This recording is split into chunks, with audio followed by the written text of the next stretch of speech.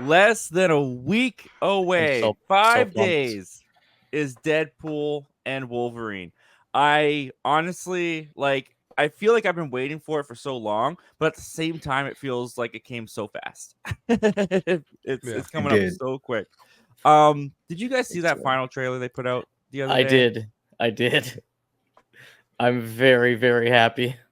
You're very, very happy? I am. I mean, even though I don't want to spoil it for the people watching it who haven't seen the trailer, but as awesome, as happy as I was when I saw that, I feel like it would have been more special to see it in the theater. But I get it.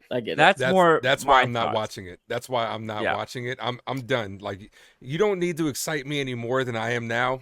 I didn't watch the 35-minute spoilers. I'm trying to stay away from all that. I'm trying to stay away from the final trailer. It's 5 days away.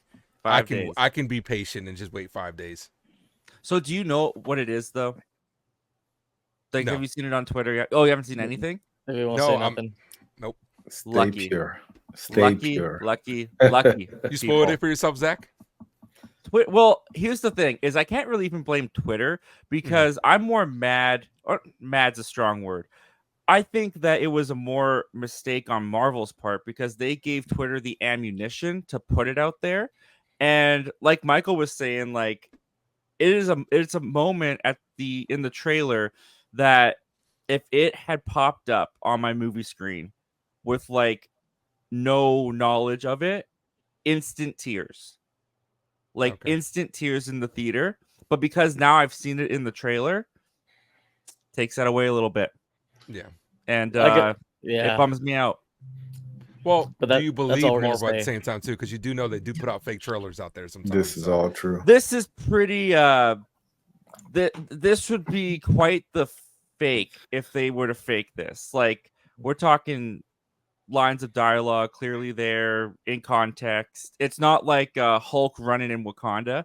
Yeah. Like, this feels like a pretty significant moment in the movie that's going to happen. Yeah. And the fact that they put it at the end of the trailer, yeah, like I said, I don't really blame the people on Twitter because that's where I first saw it. As I saw the picture on Twitter, and discussing film and all that, we're posting it. So it was like, okay, well, that sucks, but I can't really blame them because it's fair for them to do that now that Marvel has officially put that out there. And then I was just like, you know what, screw it. Since I've seen it, I'll go watch the final trailer. And the final trailer actually was pretty good. It's more of an emotional side than the fun, crazy side that the other trailers have been.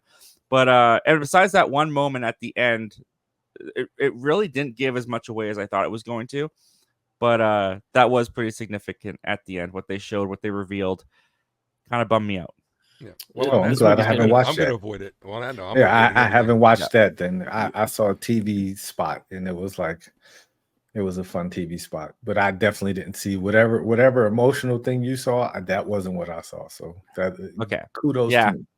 guys, if you can hold out, if you could. Believe me, if you can hold out for 5 days before you see the movie, if you don't see this image, if you don't see this scene, if you don't see anything from this, I honestly think it's going to tug on your heartstrings quite significantly. And I'm disappointed that that's taken away from me a little bit because now I'm like preemptively preparing for it. But Same, but I have a feeling I'll probably still cry, but that's all I'm going to say. Yeah. I'd say for Ace and T, after you're done with this live stream, turn off YouTube, turn off Facebook, just turn off everything. Don't talk to anybody for 5 days. Well, I won't do that, but exactly. I won't do that. But good thing I'm old, so my memories like I don't remember trailers when I watch the movie. Right. Yeah. Luckily for me, that Zach, you follow me on IG. My personal IG had gotten hacked, so it got deleted, and that's where all the spoiler stuff was. So I just have the Ace Avenue, so it's just sports right now. So I'm seeing no Marvel on my timeline at all. So I'm taking that as a little bit of a blessing. So those hackers helped you out there. Exactly. Thank you guys. Give them props where it's due. Those darn hackers. Oh man, yeah. But hey, if next week when we do our spoiler discussion of Deadpool Wolverine, because we're gonna be seeing the movie this coming week, we're gonna be talking about it next week. I'll let you guys know. I'm sure Michael and I will let you guys know what the scene was, what popped up, all that kind of stuff. The following conversations are taken from our channel membership exclusive weekly live show that we do on Saturdays from 10 a.m. Pacific Standard Time to 11 a.m. Pacific Standard Time called Members Talk Live. Find out how you can become a member and appear on the show. All of the information is down in the description below, as well as all the links to the channels of today's guests. Check them out, and I hope to talk with you very soon. Today, guys, we are talking about Logan. And I'm your host, Zach. We're here on Members Talk Live. We've got the Ace Avenue from the Ace Avenue joining us today. We've got Have You Seen That with T? We've got Michael Entity. We're going back to 2017 to the first time Hugh Jackman hung up the claws. Do you guys remember when this was coming out? What do you guys remember about the release of Logan? Because I remember a couple things. For me, particularly was when I was starting to get into X-Men. Like, X-Men is not a franchise or a superhero movies that I grew up with. I grew up with like Sam Raimi's Spider-Man. I grew up with the Tim Burton, Joel Schumacher Batmans and all that kind of stuff. But I'm X-Men sorry. didn't really. Yeah, I know. Batman and Robin, I owned it on VHS, but I am proud to admit it was hardly ever put into the VHS player. right. But Batman Forever, I still like that one. Batman Forever is still kind of a guilty pleasure at times, but also there's a good movie in there, but that's another discussion. Yeah. But when it came to X-Men, I actually watched the first X-Men for the first time in my grade 8 English class. They showed us the scene of Mystique versus Wolverine. I can't remember why. It was like some kind of essay learning thing, but that was my first introduction to X-Men. And then I think I started to watch X-Men more so when I would say around like 2013, 2014, when Days of Future Past was coming out. I was starting to get more familiar with X-Men, but I still wasn't like fully watching it until Logan was basically coming out. And then I kind of went back and watched all the movies I missed, caught up, went to see Logan. And I just remember like the hype and the energy, and the crowd was just so ready for this movie. And then the movie played, and I remember the crowd that was kind of like rambunctious and like really excited got more somber, because this is a pretty somber. This is not a fun, I would say, action movie. This is a pretty serious character drama and tragedy, and there's a lot of hard-hitting stuff in this movie that I remember just sticking with me when I left the auditorium. But Ace, what about you? Logan's coming out. What do you remember the hype around it being? How were you feeling about it? Oh man, been there since 2000, X-Men 2000. So I'm emotionally invested in these movies, whether they're good, like the X-Men X2, Days of Futures Past, First Class, etc., or they're bad, like X-Men Last Stand, Origins of Wolverine. We're there for them because we're fans of them, and you get so invested. So being that this movie is super emotional, I'm gonna take a page out of T's book, the super overly emotional YouTuber. This movie had me. What you said is a somber feeling is the exact feeling that everybody had. I just remember leaving this movie distraught for like a couple of days, and I'm like, what's wrong with me? Why am I feeling so sad? And I'm like, it's because this movie, just two icons of my childhood, XAVIER, Logan, they put them through the emotional ringer in this, and you feel it. And in the year 2017, where superhero movies were kind of like, they were hitting hard. Spider-Man Homecoming was out, Guardians of the Galaxy Volume 2, Wonder Woman, Thor Ragnarok, Power Rangers. I'm putting that as a superhero movie as well. Power Rangers even came out 2017. Justice Classic. League, that one stunk. Justice League, that one was terrible. But Justice. yeah. So this movie was probably the best superhero movie of the time. And I just remember it coming out, and you kind of knew it was going to be the end of the Logan trilogy, because they gave us, Origins, then they gave us the Wolverine, and then they gave us this. So you kind of knew it was going to be the end. And so obviously now we know it's not going to be. But at the time, it was just a hard-hitting emotional roller coaster. And it's exactly what we needed. And it's one of the best superhero movies. So I've always been a huge X-Men fan. I loved I remember, I've said this before in many videos. My mom always used to buy VHS tapes from Goodwill. Sam Raimi Spider-Man was one, and the original X-Men was one. Loved it. Probably watched that VHS over and over again. Loved X-Men Evolution, the animated series. Loved it. I remember when I was like 9 going to see X-Men Origins Wolverine to the drive-in. I didn't see Wolverine in theaters. I saw that later on, but when Logan was coming out, I was hyped. I was so freaking pumped. I mean, obviously, this movie being rated R. And after the movie was over, me and my friend, we kind of just sat in the theater as people were leaving. We were just in awe. we left the theater, and it was like his mom had brought us, and I'm not even joking, I don't mind saying this, we were bawling our eyes out. Like, we were crying like we actually just witnessed like Wolverine's actual funeral. Like, we were there. Like, and I'm not afraid to say that I was bawling my eyes out, even though I constantly tell my friend I wasn't crying, and he's like, BS, dude, you were crying. I got video. And I'm like, oh, too bad I don't have a video to show that. But yeah, man, I love this movie. I think it's one of the few superhero movies that I can say is a masterpiece. Like, there's nothing I would change about this movie. I have a very long history with the X-Men. I remember reading, Days of Future Past comic, the Strife, I can't remember, the Executioner song. That was like a big one in my childhood. Then the movies came. I remember watching X-Men 97, like in 97, when like I remember Right. watching all of those episodes of that cartoon, which is one of the great, that and the Batman animated series are like hand in hand, probably two of the best superhero cartoons, because they were the stories they told, authentic comic stories. So the movies came out, and not gonna lie, I was a big fan of the first X-Men. The second X-Men was okay to me, and then that's when it kind of dipped out. You had the Origins Wolverine, which I remember watching a bootleg, like when Origins, before it came out, it got leaked, and like watching it without the CGI. That was me, because I think I was deployed at the time too. So I got a copy of it, and I'm watching it, and I'm like, even without the CGI, it was just a bad movie. Like it was just a terrible movie. Then I watched it, with all of the CGI, and I was like, nothing changed. It's still just as terrible of a movie. The Wolverine was better, but okay. Like, I wasn't a huge fan of the Wolverine.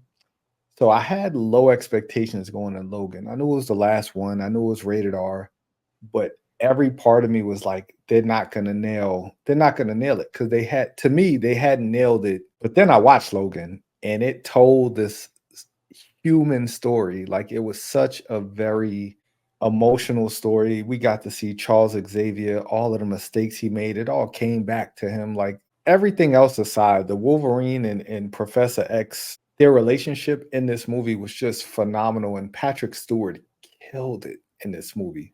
He was so great, like, in this movie. And Hugh Jackman was so great, because he was playing the Wolverine that I feel like he thought he was playing in the first few movies he was in. But like, this one was really that grizzled, just like, I'm at the end of my line, but I'm still a berserker, right? I still have that in me. I left the movie theater rethinking the way I thought of all of the Logan. And that's when I really realized, like, the rest of those movies are just bad. Like, they could have been what this movie was, but they just weren't. They were something else. That's what I'll say. Days of Future Past was the closest thing I thought we got to a good Wolverine, like a good movie with Wolverine in it. But this one was just like Michael said, this is a masterpiece. This movie hit every beat. It tugged every heartstring, and there's nothing wrong with saying you cried in the movie theater, because when Wolverine died, and I never thought this would happen in a million years, I shed a few tears too, because it was such an emotional journey. When Professor X died, that's big. That's a huge moment. Like, it's understated, but that's such a huge moment if you're an X-Men fan. Like, knowing that he's gone, like, he's not coming back. There's not going to be a resurrection. It's not going to be another Logan movie to like somehow bring him back. But he was gone, and that was just a tragic part of the movie.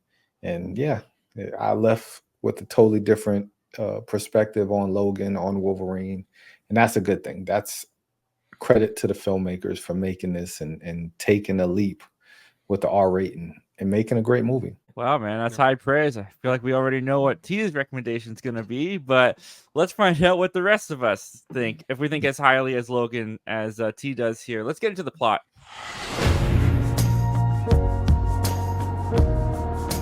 We got ourselves an X-Men fan. Maybe a quarter of it happened, and not like this. So the year is 2029, and mutants are nearly extinct. In this world, the former X-Men known as Wolverine now makes his living as a limo driver in Texas. At nearly 200 years old, his mutant healing factor has slowed down as the adamantium fused to his bones begins to poison him from within. He's also a caregiver to his former teacher, Professor Charles Xavier. The mutant telepath is now suffering from Alzheimer's, prone to seizures that send psychic attacks on all around him. One such fit is alluded to have killed several of the X-Men in the past. Helping Logan care for Charles is a sun-sensitive mutant Caliban, and the trio are saving up for a boat so they can live on the sea far away from human civilization to prevent Charles from hurting anyone else. But their plans fall apart when Logan is tracked down by a woman named Gabriella with an 11-year-old girl named Laura, who are on the run and seeking help from the legendary Wolverine to provide them transportation safely to North Dakota. Before they can leave, Gabriella is killed by the corporation Transigen. Is it Transigen or Transigen? I think it's Transigen. Transigen. Okay. I can never figure out how to say it, and I don't know why. From the corporation Transigen, a company who have been creating mutant children in a lab for sake of building mutant soldiers, of which Gabriella took Laura from, and it is revealed that Laura is made up of Logan's genetic DNA, making her his daughter, and also goes by the name X-23.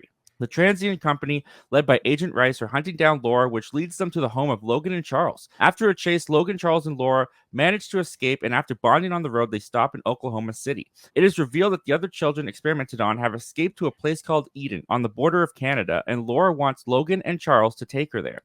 Logan refuses, finding the coordinates to Eden in a fictional comic book of X-Men, loosely based on his old life. But Charles insists, and reluctantly, Logan agrees. Along the way, they encounter a family of farmers who take them in for the night at their home. But Transigen catches up with them, and with a direct, rage-filled clone of Logan called X-24, kill Charles Xavier and the entire family of the home.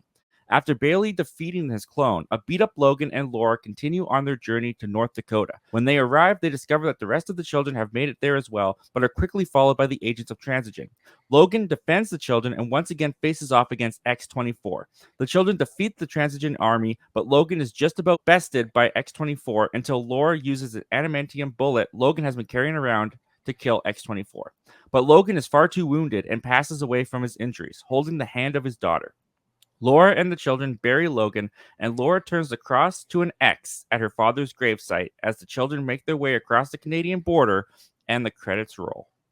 So that was Logan. It came out in March 3rd, 2017. It had a budget of $97 million. The opening weekend was $88 million, which is pretty phenomenal for an R-rated film, especially one that's like more so a character drama than I would say a high, big comic book action film. Domestically, it went on to make $226 million, and worldwide, it made $619 million. So the one thing that stuck out to me, what you just said, because I forgot the day that it came out, that March 3rd is actually my son's birthday. So Logan came out the day my son was born. So that's just the actual day, March 3rd. That's awesome. But what I really appreciated about Logan so much is that there's not really a whole big explanation on certain situations that happened, on what caused Logan to be where he is. It's kind of left up to the audience's interpretation to kind of like pick back the layers to find out where these characters have been for the years that they've been gone. And I feel like it was just a brilliant way to like start this story off. Like the movie starts off with Logan passed out drunk, and you got like these Mexican gangsters that are like trying to like take the limo, and like just like that scene, like the first 2 minutes automatically starts off with carnage. And like I said, this movie is very, like you said, it's a very slow character drama, and there are action scenes when it's necessary, but I like the fact that this movie is very just character driven. It's not reliant on just cool action scenes. They're not looking to just say, hey, let's get an action scene every 5 minutes just to satisfy people that only came for an action movie. It's like they actually directed the movie as just like a regular character drama, but they added Wolverine into it. The carnage to begin sticks out, like Michael had said, out the gate. They're setting the tone very early. But this movie is a character-focused film that really feels more grounded and a standalone. Like, you don't really have to watch the other movies to enjoy this one, but it does add to the emotion at the end. And just being able to see these characters, new layers to them that we haven't previously got to see. And it's just so weird to be able to see Logan and Xavier cursing on screen at each other. You know what I'm saying? Because we didn't get to see that in the previous one, because, they're more cookie cutter. They're more, for the audience and stuff like that, PG-13 ratings, but they could really let loose, being that it's rated R. It's a lot darker tones, not a lot of humor in this at all, maybe one or two scenes, but they're focusing on that. And this movie has an identity of what it wants to be, and it doesn't deviate from that at all. You know, like T was saying earlier with the X-Men movies, they're more like loosely based off the comic books. Like, we're gonna take, like, for example, like with Wolverine Origins, yeah, we're gonna take the Weapon X very slightly. This one, same kind of thing, but it runs with it more with the Old Man Logan type saga. And you feel it throughout this, and it has a ton of heart and a ton of emotion in this scene. I dwell back to the one scene where it's foreshadowed a lot in the Wolverine, where he was told about his death. He was told that he was going to die with his heart in his hands. We thought it was going to be in that movie. Little did we know the heart in his hands was a symbolism for his daughter at the end. And during that end sequence where she takes out the cross and turns it to an X, that gets me every single time. This is one of those movies I can't watch a lot because it will have me in my feelings. But when I do watch it, especially since I'm doing all like my Fox rewatch and stuff like that, it hits hard. It's hard hitting, and it's okay to go there, and it's okay to feel that. This is the movie that makes grown men cry. Yes, absolutely. That should be on the poster. This is the movie to make grown men cry. I do actually have a friend that was in this movie. My very good friend Dave Davis is actually the gas station attendant that Laura gets in, starts a fight. Oh, with. Get out! Really? Not joking. Yeah, no, he's a good friend of mine. He's we've met before as far as like acting goes. I'm not an actor, but I know him. He's been in like some small little indie films. He's mostly had like background roles, and he's had like a couple lead roles in like small movies. But I remember like asking like, what else have you been? He was like, oh, I was in Logan. I'm like, you were in Logan? He's like, yeah, I'm the gas station attendant. And I looked up, I'm like, oh, that is you. He has a very memorable scene. I mean, does. he gets to have those claws of Dafne Keen right in his face as like he's also in the trailer. Hello. You know you gotta pay for that, right? Hey, come on. Not okay. I remember he told me, I asked him about that. He said in total that entire scene took like 15 hours to shoot. And I'm like, really? 15 hours? I'm like, that's just a small scene. He's like, yeah, it's because I don't know. He says he doesn't even know why it just took that long. I'm like, well, props to you for staying there for 15 hours. In general, I just think like this movie is so much more than a superhero film. Like, honestly, even if you haven't watched the X-Men movies, you can honestly watch this movie as like a very thought-provoking character drama, and you can kind of learn more things about Wolverine in this film than you did from the other movies, in my opinion. T, what stick out to you when you watch this movie? Like, just like the one thing that you were just like, wow, like I forgot that this was that good, or that stuck out as much as it did. There's the dinner scene with the family on the farm. Yeah, where they're all just, you know, X-23, she's just Scarfed. They're all looking at her like, man, what's up with the girl, you know? And then they just have this very real conversation. Like they're talking and they're just having, and she starts laughing. And it's like, man, like you see Charles and Wolverine, and they're having these conversations with regular people, and Charles says, you know, this is what life is like. This is what real life is supposed to be like. Like, it's not supposed to be what we've done, but like just being a real person, taking care of your family. Like when I was in the theater, I remember like, man, like these are real people. Like this is a real situation. This could easily have happened, you know, to anybody. Just meeting a family and you know, families are very inviting in movies. Like, hey, come on over to my house and stay here. You don't know these people. Like, you know, Wolverine looking super dirty, but like just everything, like just that scene just really stuck with me. Everything else is phenomenal. Caliban, Stephen Merchant is so underrated. He's one of the most underrated humans, comedy character actors. He can do it all. He's great. But he really kills it in this movie too. But that scene in itself really is what, like, I forgot how human this story was. Like rewatching it was like, man, this is a really good like I said, character study, very real, just story about people trying to, Charles has his idea of what, he wants to happen with Lauren and Wolverine, like becoming a family and like living a normal life.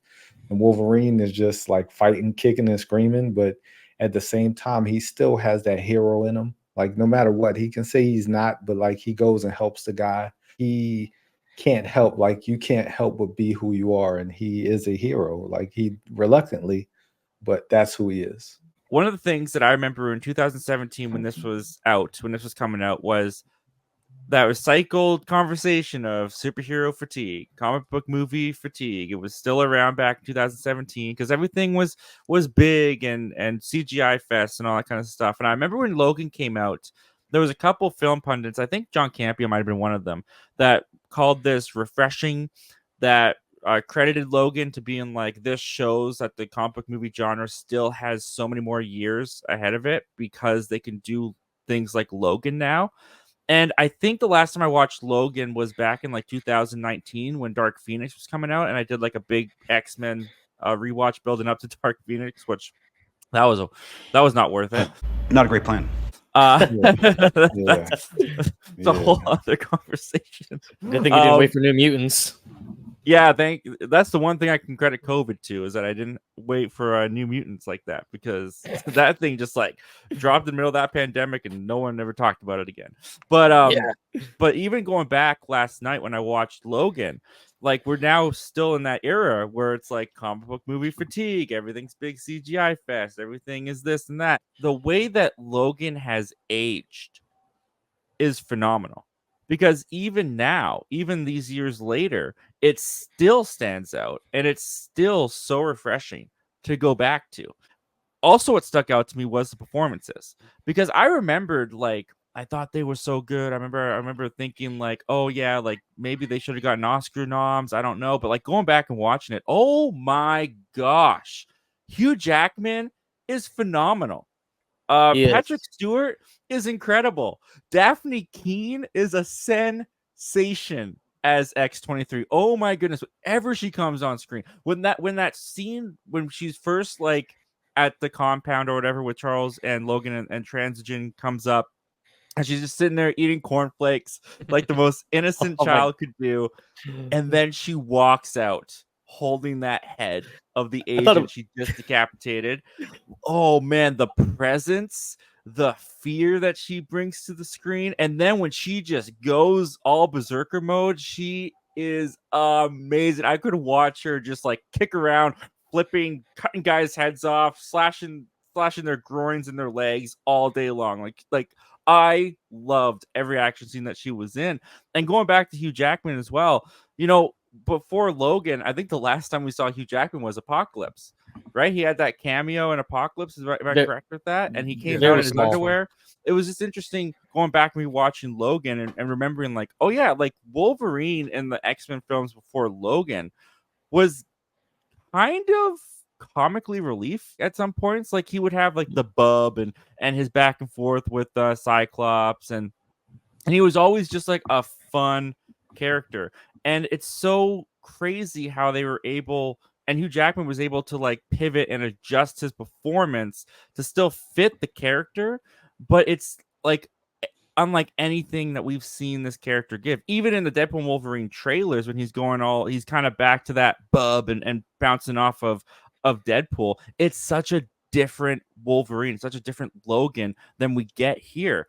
And I was really, really impressed going back and watching Hugh Jackman's performance, and Patrick Stewart, man. Like, man, is he just phenomenal in this movie. I mean, I don't know. I can't remember if he got an Oscar nom or not, but watching it back again, man, like snub. Like what? Like, oh man, he is great. Especially like that scene. Was, oh my gosh, he was hitting those beats perfectly. Yep. When we first meet him, and he's like rolling around and just rambling the entire time and smashing into Logan. And yeah, you're right. The first time that they curse at each other, it's like, whoa, you left me here to die, Logan. Yeah, this is not your kid's X-Men. Just phenomenal performance all around. And like I said, Patrick Stewart should have been nominated for something.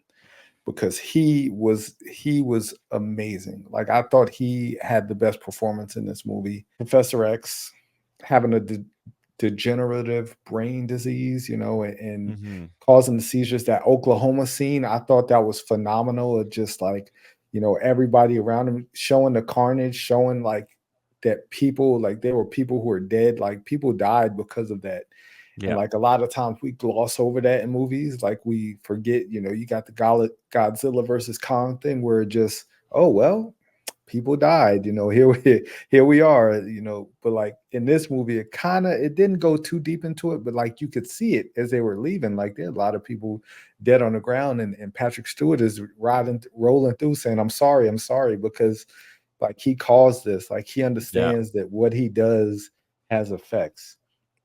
And you know, them not overly exposing what happened before. Like I love that fact about this movie, that they didn't go into a long conversation about what they did to get to where they are.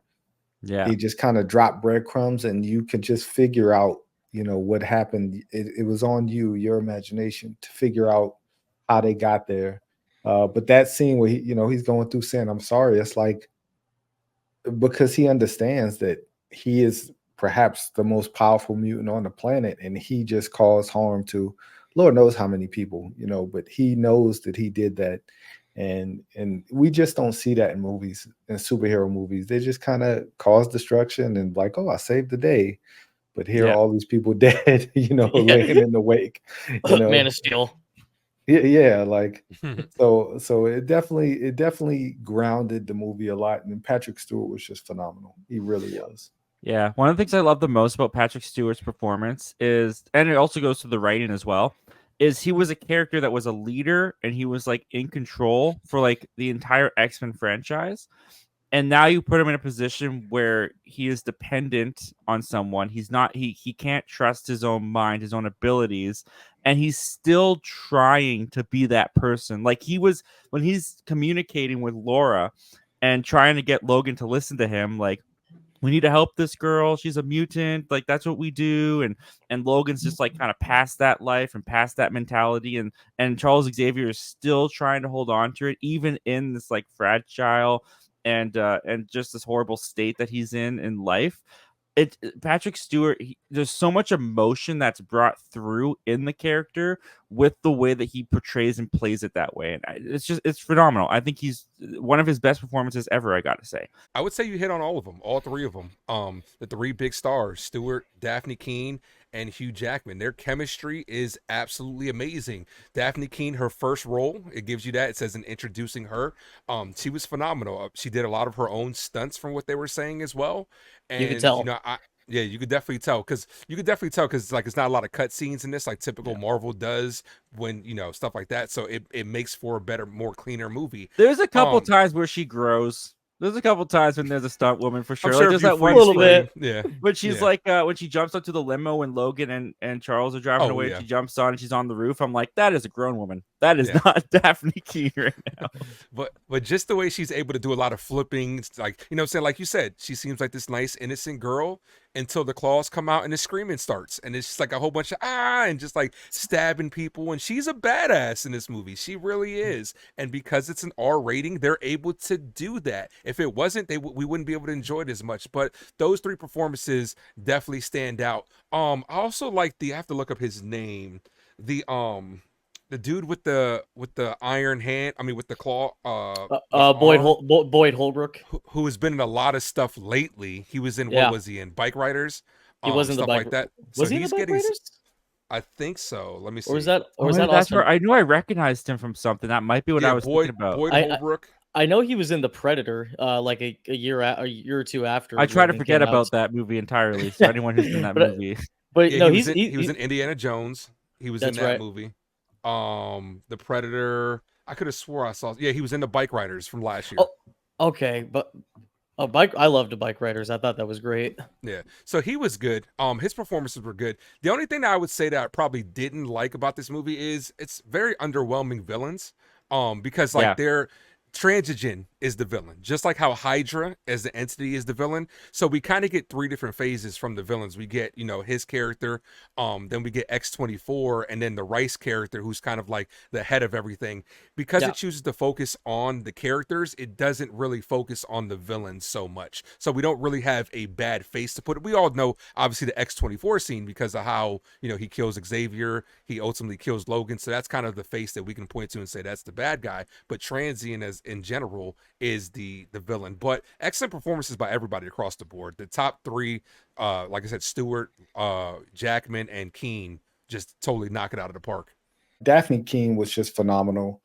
I don't remember her being as great as she was. Rewatching, I was like, damn, this girl, like, she just gets it. Like, she, the cereal scene, I thought that was really cool. The first scene she's in, but every scene she was in, when she finally starts talking, I thought that was hilarious. I vividly remember being in the theater and everyone just laughing when she starts speaking because he's like, you could talk. And she's like, yeah, like, you've been, oh, of course I'm not going to talk to you. Like, that's kind of what I got from it. Obviously, Hugh Jackman. I mean, he's great. He's such a phenomenal actor. I mean, obviously, I don't know if you guys have ever seen the movie Prisoners. He goes insane in that movie, and that was kind of like a foreshadow of what he could really bring as Wolverine, because Prisoners came out the same year as the Wolverine. So I think that was almost kind of like a foreshadow. And then when people saw Logan, blew it out. So I think he's great. Dafne Keen is great, despite the fact that 80% of the film she does not talk at all. I love the relationship between her and Logan. I don't know about you guys, but every time I watch Logan, I always get like Last of Us feels. If you guys know what Last of Us is, Yeah. I always get like a lot of Last of Us vibes. Patrick Stewart, I think, is great. He gives a great dramatic performance, but it's a movie that, like, it's a very deep and serious movie, but it's also not afraid to just spill in a couple little small jokes. Like, I love where, like, the train goes by and Charles is having a hard time explaining to Laura. He's like, no, it's okay. It's the choo-choo, the locomotive. I love all those scenes because it almost feels like in real life, like a person talking to someone who doesn't understand English. You're like, no, it's a choo-choo. How do I say this? Like, I just thought it was very innocent. I thought it was adorable. And obviously, like T said, I love the entire sequence with the family. I thought all of them were great. And let's be honest, we all felt bad for that family towards the end of the film. Oh my gosh, Absolutely. dude. I forgot just how horrible that was to go back and rewatch. Like, because they don't shy away from it. You see the carnage, you see the death. And like Wolverine saw it. Like, that's what I like, that he's like, hey, we really need to leave here because we're gonna put this, like, he knew that this was gonna happen. He did not want to stay the night because you're just putting them in danger. And I understand why Charles wanted them to stay, because he wanted her to see what, like, a normal family looks like. But yeah, poor, like, tragic. And think about it from their standpoint, like the family standpoint, like not the husband, but because you're thinking it's Logan because it's a Logan clone. And even though the wife is like, put her down, like, what the hell is going on? It's just, it is gut wrenching. It is, absolutely. I mean, and let's be honest, that family, like, even though it was just like, I think it was only like 10 minutes, like, all the actors did such a great job. That entire family had more character development than Rey from Star Wars.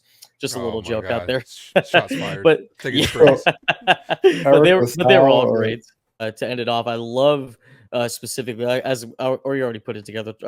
Patrick Stewart is great. I love the scene specifically where he's laying in the bed by himself, and it's like moments before X-24 kills him. I love where, like, he's kind of mumbling to himself, and he's kind of like, he's like basically admitting everything that he's done, and you get little subtle hints about what happened to the rest of the X-Men, and then when you really put it together, you realize, holy crap, that he killed all the X-Men. They alluded to him killing the X-Men earlier too, right after that scene in the casino where they left. It was on the radio very briefly where they were like, where 600 people died, several mutants, including some X-Men, right before it cut off. So usually, I don't like exposition like that, but that was done really well. It's very subtle, and I like that about the movie too. It's very subtle. It's not. It never just comes out and says, "Oh, Charles did this," and we don't even know which X-Men necessarily died. Like they never really give us too much of an explanation because it's not the point of the movie. And that's not what the movie's about. And I love that they know that, and I love that they stick to that. And it's such a devastating. You can like just the look in Patrick Stewart's eyes. You can tell Patrick Stewart was really passionate about this role rather than just looking at it as just a typical paycheck. Oh, I'm playing a superhero, big deal. In this movie specifically, he looks so heartbroken. It doesn't even look like he's acting at this point, just where he's admitting Yeah. to all the things. It's almost like he's talking to God, like, talking about all his sins. And then, boom, X-24 comes.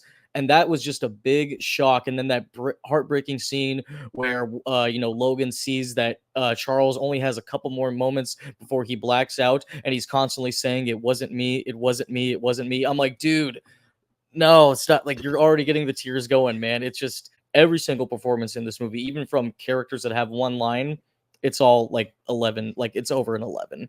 To give Patrick Stewart more flowers, I think one of the big reasons also why he's like the MVP going back and rewatching this movie is because the last time I saw him was in Multiverse of Madness.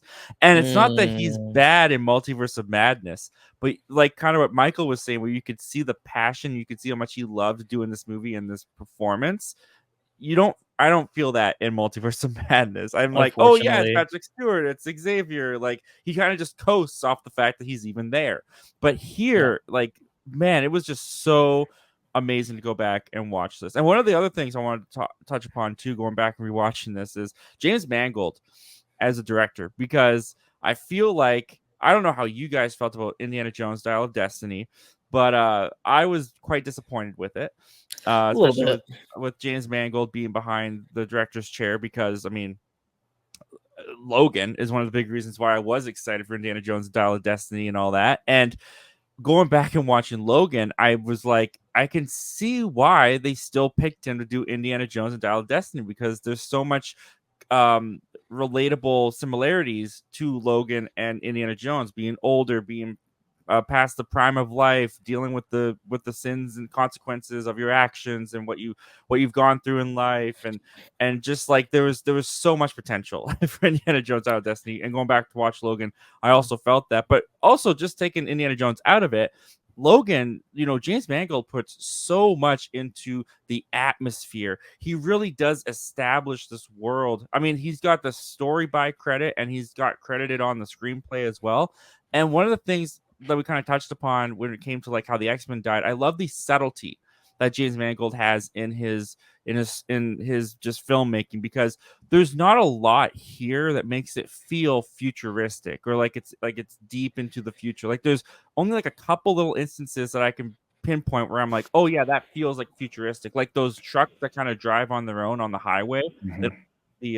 The cab on the driving trucks, trailer, and they just drive. Like, that's a moment where I'm like, oh right, this is like in the future. Like, that's a futuristic thing. But they don't like have flying cars and all this kind of stuff. Like, he didn't go overboard with the futuristic elements, and he did not lose the tone and the setting by going that route. And I really appreciate that watching this back again, because it really does, like Ace was saying, it really does ground it, and it really does give it this like verisimilitude feeling when you're in this world. I'm glad you brought up Indiana Jones and the Dial of Destiny and James Mangold. This movie just shows that writing matters. Like, if anything, like all of these different, we're talking about this as a different superhero. It was just written that way, right? Like, when people, it's rated R. They're clearly not making this for the. I won't say they're not making it for the general audience, but this is a love letter to the character. This is a love letter to the world of the X-Men, in all honesty. Even though there aren't any X-Men in there, it really is showing, the audience is showing other filmmakers that you can make a really good movie. And every movie doesn't have to be Logan. They've tried, like, I can see that they've tried that in other movies, kind of bringing those same familiar tones. But writing matters. Like you said, he created this atmosphere. But I really think the writing just stood out to me. And it just showed me, you can have great writing in Logan and then turn around and make Dark Phoenix. Like, how? I don't understand, how we get from just this amazing, great movie that made $600 million worldwide, $600 million plus worldwide. And you see that, and that's why I always say we're spoiled. I feel like these movie studios are spoiled because they want $1 billion, right? So let's make the Yep. movie for the masses and dumb it down, and then you don't make really good movies. I've never gone back and watched X-Men Apocalypse after I watched it. Like, I watched it in the theater, I was underwhelmed. Then I watched it again, when it came out on Blu-ray, just to make sure that I always watch things twice, just to make sure I'm not tripping, like, oh, maybe I missed something here. But I didn't. It wasn't a well-written movie. But then you get Logan, and it's supremely written. Like, Patrick Stewart can't give the performance that he gives in this movie without great writing.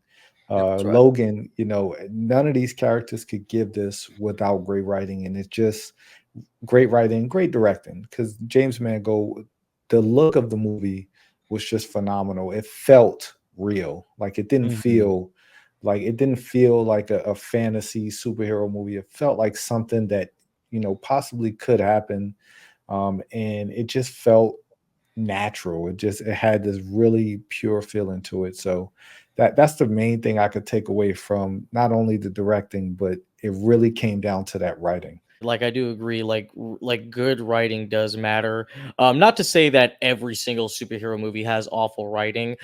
Some also Ace put, a lot of the X-Men movies did have some pretty bad writing. Like, I can't remember which X-Men movie it was, but it was specifically with Jennifer Lawrence, where she plays Mystique, and she was like saying, why is it called X-Men? It should be called X-Women. It's like, No, it's not. I think that was Apocalypse, wasn't it?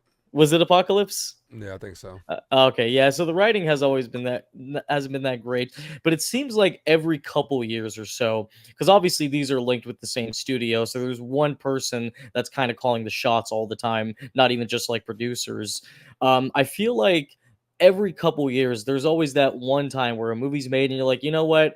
I have so much on my plate. I don't care about what goes on with that movie. Just give that director creative control, like they did that with Sam Raimi, or like how Zack Snyder had so much creative control making his Man of Steel, Batman v Superman. The writing has never been a strong suit in this universe. The casting has been, top tier, but the writing and continuity throughout the entire Foxverse has always been shaky. Much like Black Panther, who T just happens to have a poster behind it, these movies feel like standalone movies, and they age very, very well. And what stands out to me with James Mangold is the attention to detail in this movie is on point. From the beginning, where we see Wolverine's claws coming out, and how the one claw, how he's getting old, you feel the age in him, how the one claw couldn't come out, and even when it does, you see the pus dripping down from the knuckles. Little stuff like that immerses me more with the characters and allows me to connect with them for the story that they're trying to tell. So hats off to him on that. So attention to detail is definitely something that stood out to me throughout this entire movie. Like T had said, during the casino scene where you're seeing in the background, like people died from XAVIER, the ambulance comes in, and it's just he cares about telling a good story. And it's not just about making it make sense for an entire universe. It's about making it make sense for this smaller scale movie and film that he's trying to tell. And he nailed it, in my opinion. Yeah. One of the things he does too, when you say attention to detail, that comes to mind is the feeling of the violence in this, because there's moments where it's really exciting, like when we got Dafne Keen on the compound, just like killing all those agents. Like, that is like one of my, if not my favorite scene in the entire movie. But like when you have in Oklahoma in the casino, when the guys are frozen and Logan's going through and just like going through their heads and everything, like there's a real intimate impact to that goes beyond just being like a fun action comic book movie. Like, the way the violence is shot, it's very raw, and it's very hard hitting. It's very rarely, like, there's always an essence of fun, because seeing Wolverine's claws go through someone's head is always a great time, especially in R-rated fashion. It's so great. But there's more behind the violence than just it being fun and action packed and great to look at. And I really appreciate how he uses violence kind of sparingly and appropriately in the entire movie. I feel like with Logan, they were just kind of like, you know what? The X-Men movies haven't really been doing that well. I mean, they've been very good financially, but let's like give this an actual shot. Like, let's see what we can do. Like, let's challenge it. Let's give James like all the creative control. And I think that's what they really need to do more with superhero, like specific, just movies in general. I feel like they need to give directors more of the creative control, because that's what it brings out to. Like, they're not worried about like appealing to the mass audiences. Like, let's make this movie PG-13, because there is one argument I will prove. People always say, oh, they make the movie PG-13 so they can make more money. There's an argument. It, from 2017, rated R, the highest grossing horror movie of all time, $700 million. That alone proves that PG-13 does not mean anything. It does not. So That's why I think Deadpool that's- Wolverine is going to break that's- bank. That's one case. Like that, it is a Very very true. like Here we go. like that's a very unique case for, like, in not all instances are R-rated movies gonna just, like, PG-13 movies do create, because then you have the young movie, because y'all are telling all these stories about how, oh, this is my first R-rated movie. There are teenagers who want to go Yeah. see these movies, and that's where you make a lot of the bank when it comes to superhero movies. You get young teenagers who had like these fantasy movies. I was one of them. I enjoyed. I went and saw Batman '89 like 8 times in the movie theater. That was me. That was like, I loved being in a world that was different from my own. So that doesn't prove like it. And it is. It's a not good movie it's at a all. 1%. Yeah. I think the Yeah. other one is I think the other one is Joker, because that was R-rated and that then made $1 Deadpool. billion. Yeah, Yeah, so I guess in a way, so Joker and I guess it was like the two clown movies that proved that R-rated movies can make a lot of money. But no, I do get what you mean, T. I absolutely get what you mean. But what were you gonna say, Ace? I think there are levels to rated R movies. You know, it depends on the content that's going to be in it. You know, say like Deadpool Wolverine. I do think, you know, being that it's rated R, I do think people are going to go see it, because like, and then even with this movie Logan, people aren't going to go. They know what to expect. They know it's going to be violent. You know what I'm saying? So therefore, if you're a parent, you're like, okay, I'm not expecting a random sex scene, so I'm okay with my kids going to see it, because it's levels to it. Yeah, There Very are true. some boobs in this one. There is one shot. I didn't think I would see I boobs in a Marvel Totally movie, but forgot yeah. about it when I rewatched it. I was like, oh yeah, it's like a 2-second scene. yeah. There you go. You can't even I'm cover a- your kid's eyes that quickly. You're like, oh, it's over. So Yeah, they saw it. But yeah, no, I don't think ratings. Honestly, I'm kind of getting to a point where I don't think ratings are the make or break or what matter. I think it's just like good story, good characters, and people's interest. I think if people are interested in seeing it and they execute it well, I don't think it matters what it's rated. Like, honestly, like we talked about the violence a little bit in this and how much fun it is to see the claws go through people's heads and all that stuff. But the blood and the disembodiment carnage that we get to see is not what I love about this movie. Like, I love No. the characters, I love the story, I love the atmosphere, I love the relationships between all these characters, between Charles and Logan and X-23. If this was rated PG-13 and the violence was cut down a little bit, I still think this would be a great movie. I think so. Oh, yeah. Yeah, the it's just gore all is like about how you use yeah, it. the gore is kind of like the icing on the cake. Like the whole entire movie's the cake. The violence is just the icing. Yeah, Yeah, absolutely. course. Before we move on to possibly talking about how this connects, if it connects at all, is there anything you don't like about this movie or anything that falls flat? Because Ace kind of talked about a little bit what I was kind of feeling when I was rewatching it back was the villains. Pretty generic, pretty just corporation cat and mouse chase type thing. I'm not even that huge of a fan of the X-24 clone of Logan. When he comes in, I don't know. To me, it feels a little bit shoehorned into the movie, and I don't know, with the rest of the verisimilitude and kind of real world feeling to the whole thing, it always just kind of feels a little jarring to me whenever X-24 comes on the screen and they kind of bring that element into it. Like when they try to fuse this with like crazy comic ideas and elements, it doesn't always mesh the best for me, if I'm being honest. Is there anything in Logan that kind of doesn't work 100% for you guys? We'll start with you, Michael. I mean, like, I can kind of agree on the villains. I mean, they're not like the best villains that have been put in movies, but I also do like the fact that they're simple, because I feel like if they would have done a little bit too much with these villains, it would have took away from the focus of Logan. Because Yeah. and I've said this in discussions, I've said this in reviews. Not every villain has to have like this deep, methodical backstory where you want to understand why they're doing what they're doing. I think just for the context of this movie, it works. And the fact that you don't really see the villains a whole lot. The only time we ever cut back to the villains is when they're torturing Caliban and they're just trying to get answers from him. Other than that, I do like the fact that they don't focus on them too much, because it almost makes it unpredictable. Like when all these crazy stuff happens, like when Charles gets killed, it's like unexpected. Like, because in other superhero movies, it always cuts back from the superhero and the supervillain getting ready for the plan, and like they'll say like that line when they look in the camera, like, this is just the beginning. And then like 10 minutes later, you're thinking, okay, something's going to happen. But for Logan, you don't really expect anything. I mean, obviously you expect some carnage to happen, but you never know when it's going to happen. And that's what I think works about these villains. So, but I can understand why people could say these villains are kind of cliche and they're not really great. But, at the same time, they killed Xavier, so they're definitely hardcore. Let's just put it that way. I think the villain is just more of the themes throughout these movies. It's kind of the same themes from every movie. And by the way, Magneto is right. Like, it's as simple as that, because everything that he says from his perspective is true, and they hit on it from every single X-Men movie, and it's apparent in this one as well. Like, they choose to have the plot and the themes be more of the central focus of the from the villain more than the actual characters, because outside of X-24 killing Xavier and Wolverine, it's very forgettable. I mean, it's cool to see too, but it's more of like things that we've already seen too, where we've seen a Wolverine type versus a Wolverine type. You know what I'm saying? Like Wolverine versus Mystique was Wolverine versus Wolverine. Yeah. Wolverine versus Deathstroke.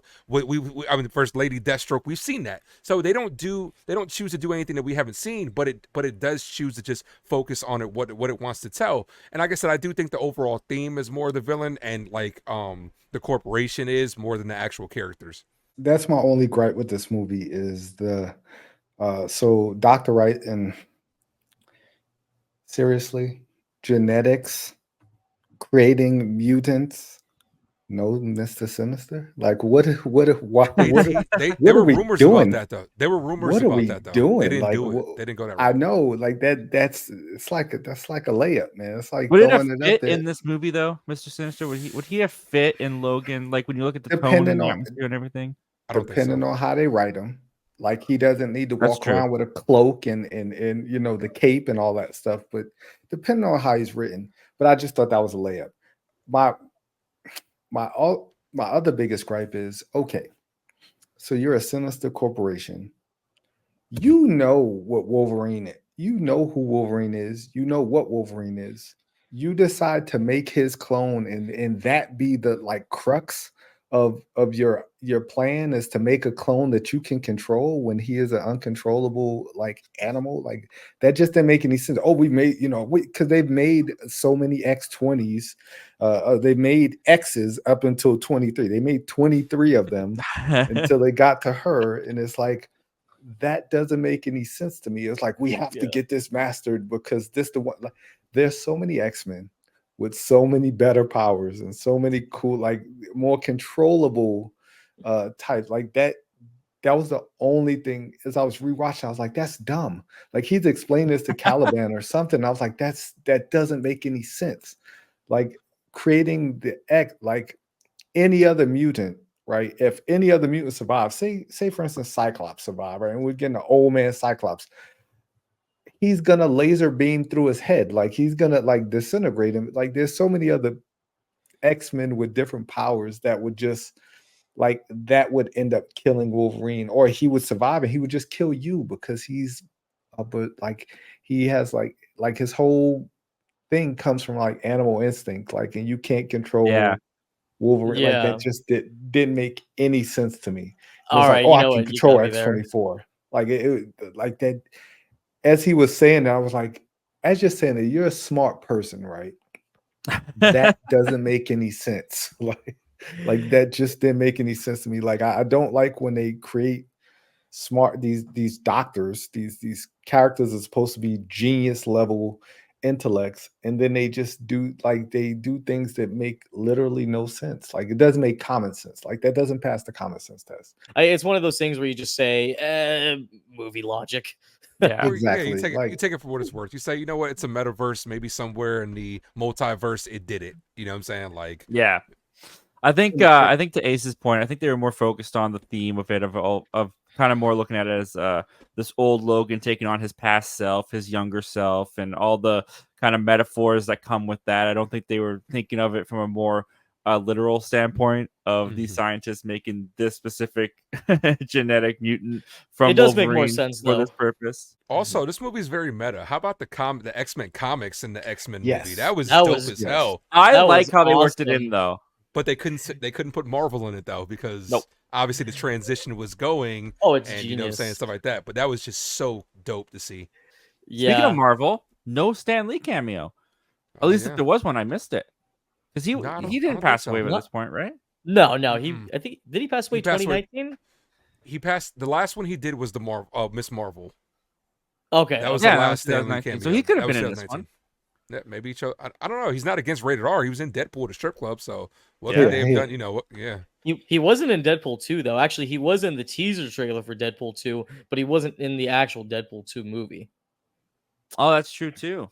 Yeah. That's And true. maybe they just didn't want that to take away from the seriousness of this That's movie. true. Because Yeah, all yeah, his the movie. cameos are always like the comic relief, and it's like, oh, there's a Stan Lee moment. So maybe they chose to not have him in it to keep it as grounded and just like keep your mind engaged in the seriousness.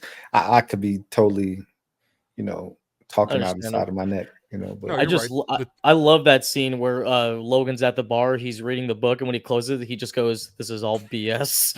It's so I'm like, that's awesome. I love it. It's like the X-Men are celebrities in that universe, which is pretty dope. You know what I'm saying? Like, Mhm. Yeah, it's kind Yeah. of like the universe taking on the X-Men as their mythology. I kind of Mhm. like how it's worked in that way. And they do it just enough where I can buy into the fact that it was like, yeah, these guys have become legends, so people have adapted their stories into like fictional comic, stories. yeah. It'd have been dope Oh. to see like a movie, like if they like they were A playing movie that within a Western movie. movie. It'd have been like, yeah, like it'd have been like, well, they're not just comics; they're like in the movies, like because they made We're movies watching of their X-Men lives. So, 97. yeah, that would have been pretty. That would have been pretty. neat. It'd be great if they did something kind of like what they did in Free Guy, where Ryan Reynolds has the American the Captain America shield, and Chris Evans is watching. He's like, "What the hell?" Like that would have been great. I was waiting for the moment of Logan flipping through the comic of like, what is this? We wore black leather. What's this yellow thing they've got me Yeah. in? Yeah, he They did ended up have saying- one line about people wearing crazy spandex and like it's Yep. like, no, this is not the real world. This is pretty dope. The black Yeah, it leather was joke, they saved that for X-Men 97. So we did get to see that in Yeah. some facet. That's true. There's probably going to be something in Deadpool and Wolverine as well with that, which For kind of sure. brings us to the next kind of segment we'll talk about. Do we think in any way this is going to connect to Deadpool and Wolverine? Because I don't when think I was rewatching it back at the end in the third act when they're in the woods, there is that shot in the woods in Deadpool and Wolverine trailer that everyone thinks is Age of Ultron, and I'm wondering if it could actually be these woods. It could be. Because I think there's a way you could work, because Marvel did say that they're not going to touch Logan with this. Like they said, we're not gonna go there. Logan's its own thing. We're bringing Hugh Jackman back, but it's not going to do anything with Logan. But I'm wondering if, like, because we've been kind of hearing speculation that there's a bunch of different variants of Wolverines and Deadpools that we're going to see in Deadpool and Wolverine. I wonder if there's like going to be like one little like maybe joke where it's like, we're going to go get the best of them all, and then they come to this Logan and he's already dead, and they're just like standing over the gravestone or something. That'd be pretty fucking funny. Like, I you could guys- see them doing something like that. But the reason why I don't is because you guys have ever seen that YouTube channel, How It Should Have Ended?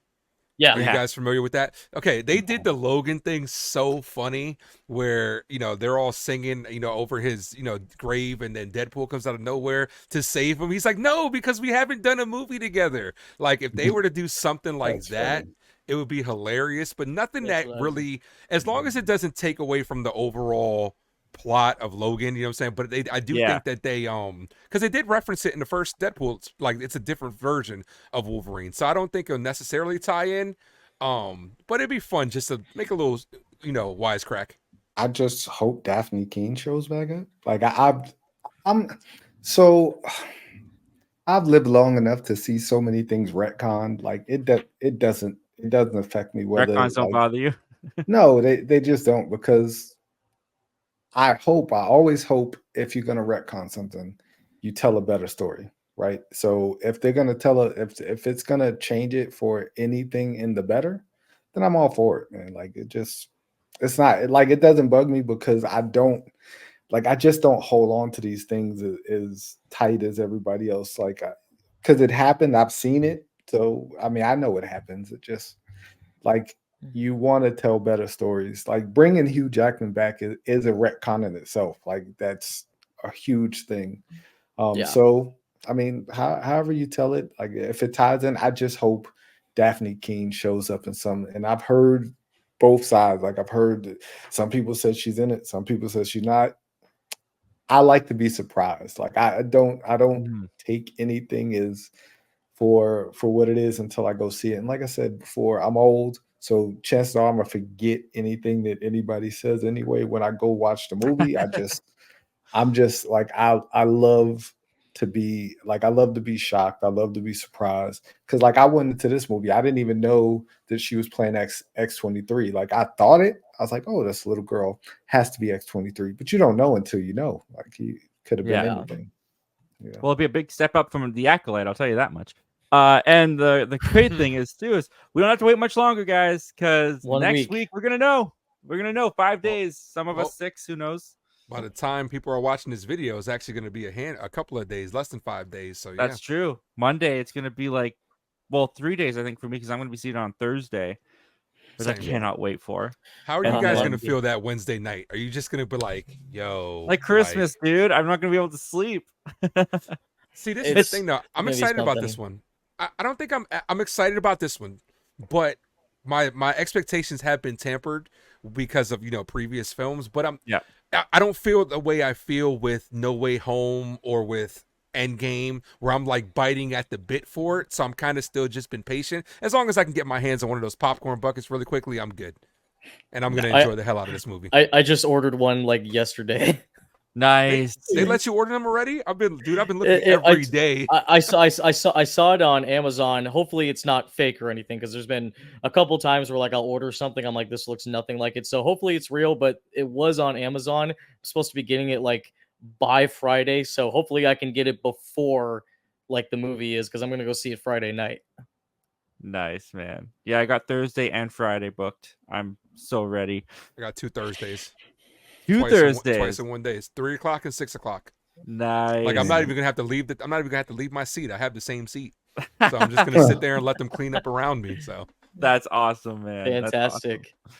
Yeah, no, that Thursday at work is gonna be that's gonna be such a slow day because I'm just gonna be Call off. waiting to get off and go watch the movie. But before we watch that movie, we got to finish our rewatch series, and that ends with Logan and our recommendations. Well, on Zach's channel, it's a highly recommend. On my channel, it's an A+.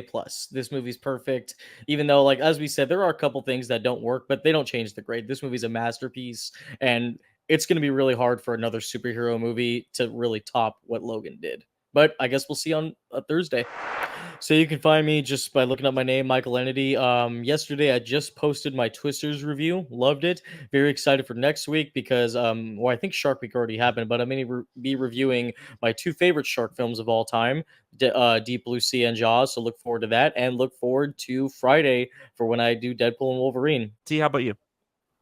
Oh, it's definitely a strong or highly recommend for me. This not a perfect movie, but it's as near perfect as you can get for a superhero movie, at least for what I like in superhero movies. I think it checked all those boxes. And if you like Wolverine as a character, you'll definitely love this movie. T, the Have You Seen That with T YouTube channel also have a Letterbox channel. Have you seen that? You'll catch me next. I'm hoping to finish my Twisters review today. I'm really tired right now.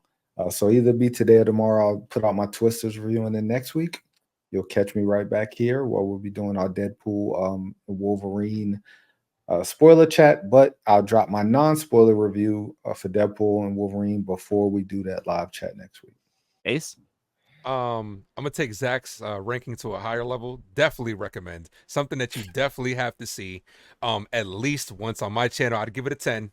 I'll give it a 10 out of 10 because like even the little details as far as the villain focus, it doesn't take away from how focused this movie actually is because it's character focused, and it tells a story it wants to tell. We get to see different layers to these characters that they've established since 2000, and it's a movie, like I said, I can't watch a lot because it gets me super emotional, but when I do, it puts me right back to a time and era where I'm like, damn, this is such a great movie that everybody needs to see.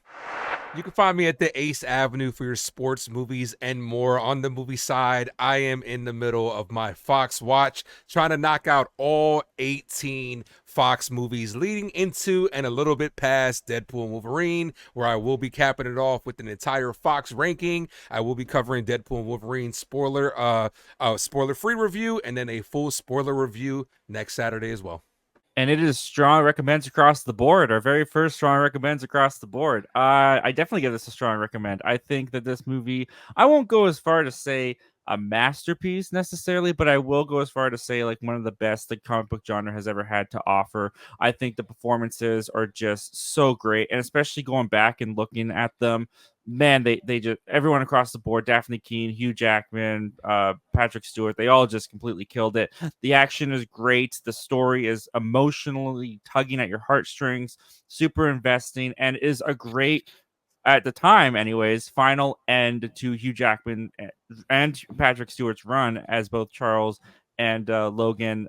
This was everything I wanted it to be back in 2017, and looking back on it, I'm still very, very pleased with what we got. So yeah, definitely a strong recommend if you haven't checked it out yet. Well, we spoiled the crap out of it, but definitely check it out. Definitely check it out if you haven't yet. And yeah, I'm right here. Zach Millen Talks Movies. You're on the channel. You found it. And I'm very excited because we're going to be back next week talking to you guys about Deadpool and Wolverine. I can hardly believe that it's next week we're going to be doing that. I'm so excited. Thank you guys once again for joining us for these rewatch reviews, and we'll see you again next week for Deadpool and Wolverine. Take care.